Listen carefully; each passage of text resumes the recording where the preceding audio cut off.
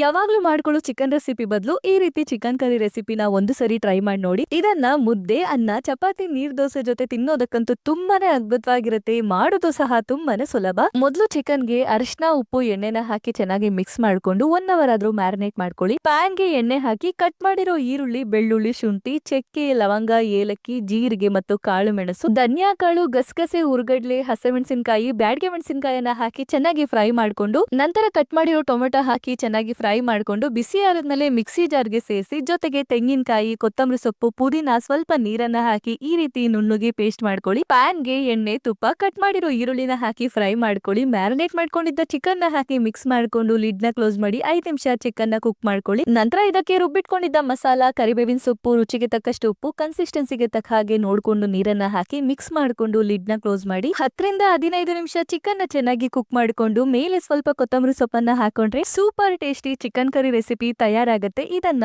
ಮುದ್ದೆ, ಅನ್ನ, ಚಪಾತಿ, ನೀರ್ ದೋಸೆ ಜೊತೆ ತಿನ್ನೋದಕ್ಕೆ ತುಂಬಾನೇ ಅದ್ಭುತವಾಗಿರುತ್ತೆ. ಒಂದು ಸರಿ ಟ್ರೈ ಮಾಡಿ ನೋಡಿ.